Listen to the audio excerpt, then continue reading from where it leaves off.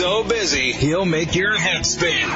It's Brian Kilmeade. The United States is prepared to use the full range of our capabilities to defend ourselves and our allies. One of our capabilities lies with our considerable military forces. We will use them if we must, but we prefer not to have to go in that direction. That is Ambassador Nikki Haley yesterday at the Security Council of the United Nations right in New York City after that 4th of July intercontinental ballistic missile, 2 stages, was shot off as a message to us and a shot across our bow because North Korea looks at us as their number one enemy. And they might not be wrong on that because they are an evil regime that needs to be dismantled. One guy who probably wouldn't argue with that notion is Ambassador Alexander Vershbow, a distinguished fellow from the Brent Scowcroft Center on International Security. Look at his background. U.S. Ambassador to NATO, Ambassador to Russia, Ambassador to South Korea, and Deputy Secretary General of NATO from 2012 to 2016. Ambassador, welcome back. Good to be back, Brian. Ambassador, how big a deal was that 4th of July rocket? Oh, it's a very big deal because they have shown the ability much earlier than we would have expected to fire a missile that can reach the continental United States. We thought they needed a couple more years of testing for that. So it does really increase the direct threat to America, as well as to our allies closer to North Korea, posed by their missile and nuclear weapons programs. And it puts a real challenge in front of President Trump because previous administrations have been frustrated in trying to bring these programs to an end, and now they seem to be crossing a dangerous threshold, threatening the United States directly.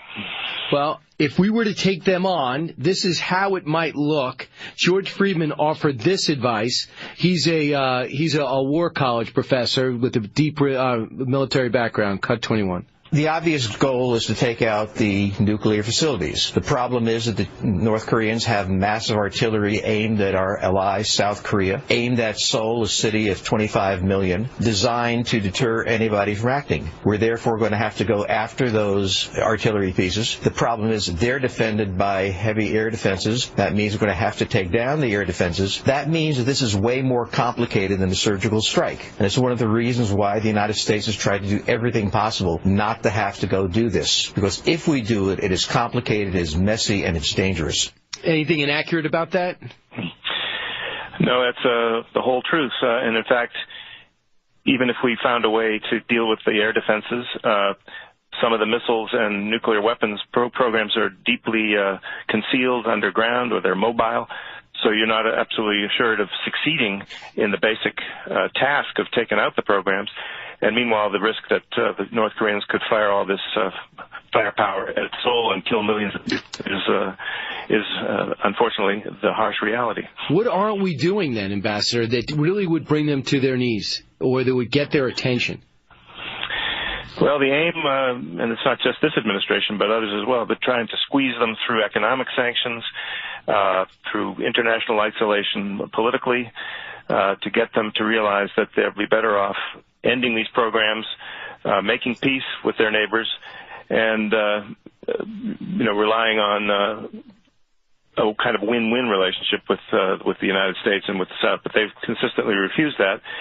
And the pressure that we put on them has not really broken their economy. President Trump rightly tried to get China to do a lot more than they've ever done before. Xi Jinping promised to do that, but he has failed to deliver. And now the Chinese are teaming up with the Russians to blame us for the North Koreans' aggressive behavior. It's unbelievable. And they want our war games with South Korea to stop, and they'll take out nuclear weapons from North, and we know that's not going to happen, nor can they be trusted.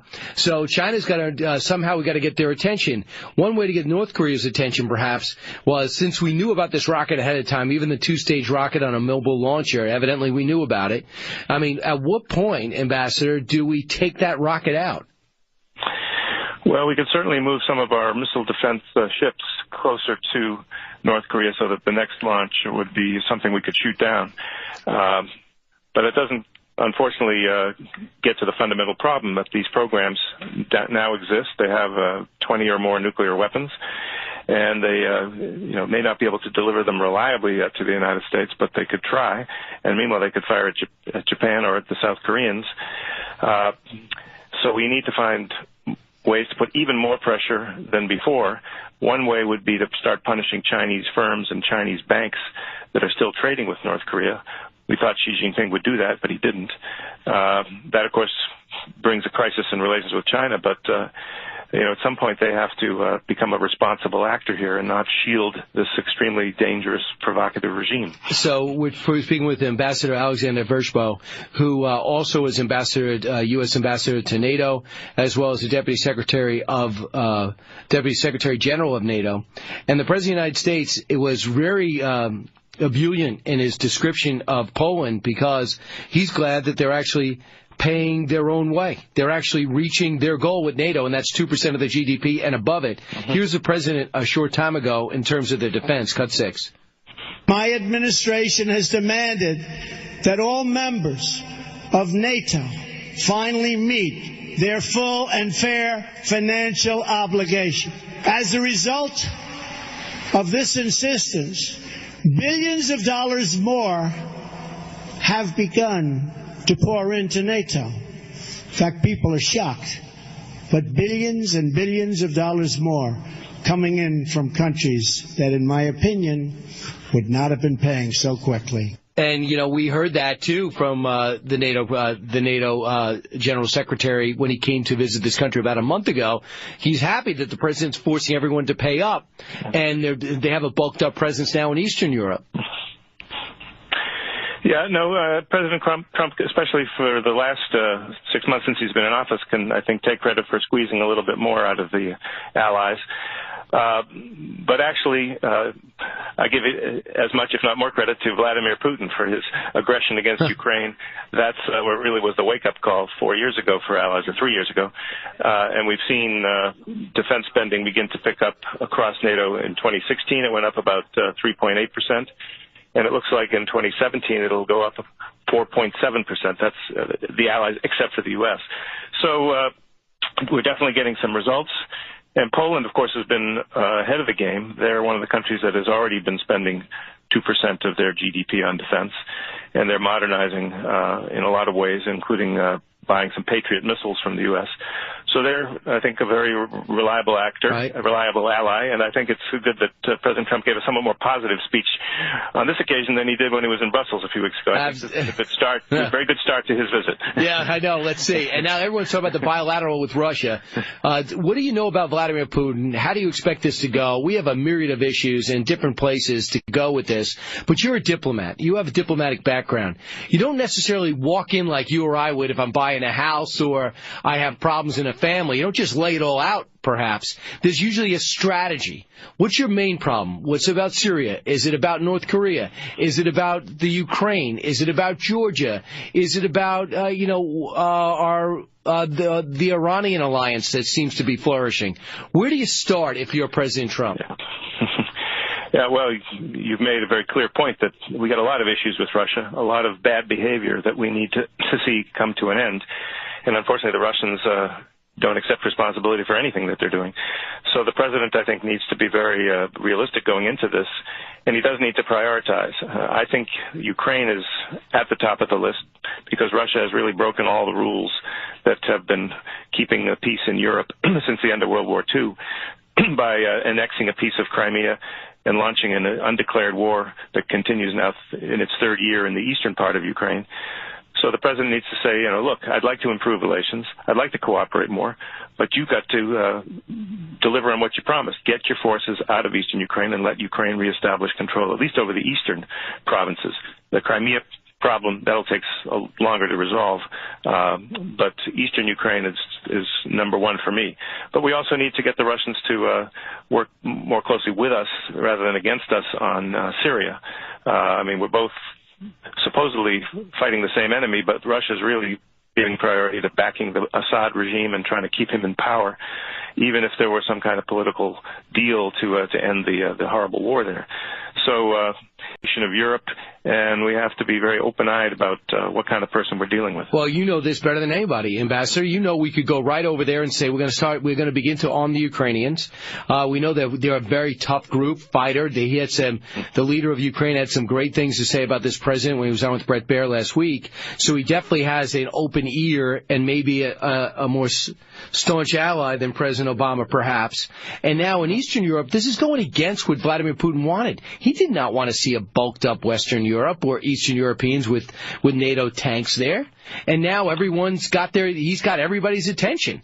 And he does not have the strongest economy in the world.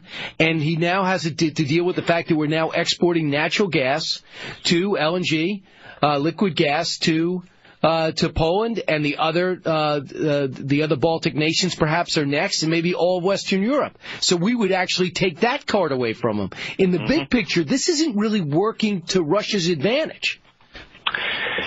Well, I see that, and you see that, but I'm not sure Putin yet sees that.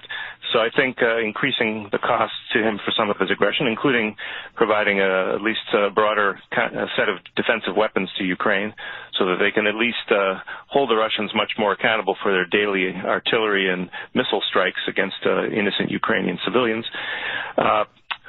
We can also continue to support the build-up by NATO, and the president is definitely doing that. This European Deterrence Initiative is actually getting more funding from President Trump than the previous administration. That's good news. So Putin, I think, has to understand that time is definitely not on his side. Russia has no friends, no natural allies. It only can get its way through violence and intimidation. And it's basically a big gas station and energy exporter that has no diversified economy. So if we play our cards right and hold firm and not give Putin any concessions for free, I think we'll begin to see a change in behavior. That's what I hope President Trump is thinking when he goes into his meeting with Putin tomorrow. Not to make friends, but to make a point. Right. That you are not holding such a winning hand as you think you are. Right. And he's got to say it in a way that maybe gets him to understand he's not playing a card or being coy. He's being candid.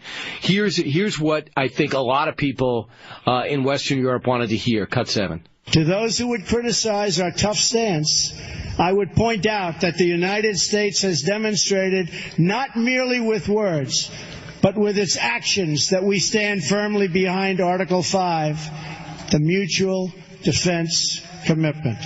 So there you go. Those are the words leading up to the Russian talks and the German meeting today in Hamburg. Absolutely, and it was good that he made it very explicit.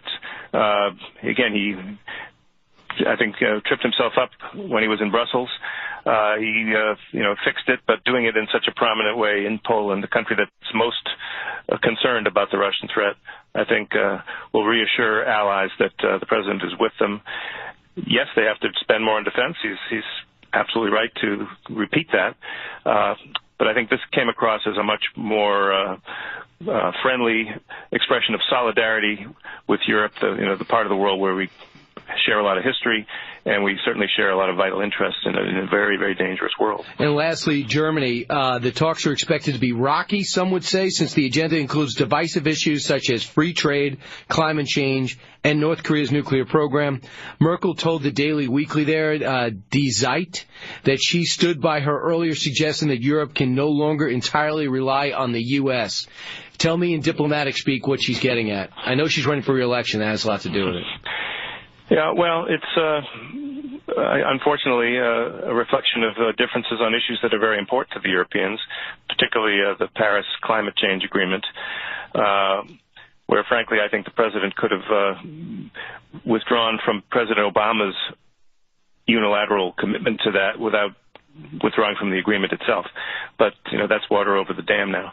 But climate change will remain a difficult issue with Europe, and I think there's potential for conflict over trade policy, although I hope the administration will try to negotiate a trade deal that works for both sides of the Atlantic.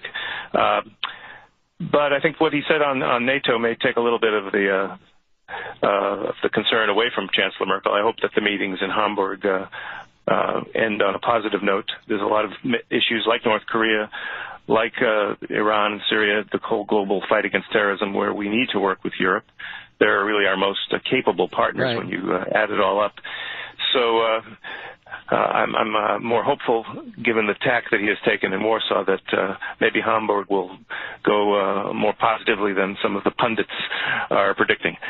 Yeah, I'm very curious. It's very exciting, especially for a guy like you who does this for a living, and for us to see this take place and knowing how unprecedented everything with President Trump is. Ambassador Alexander Vershbow, thanks so much for your time and insight. You're very welcome. All right.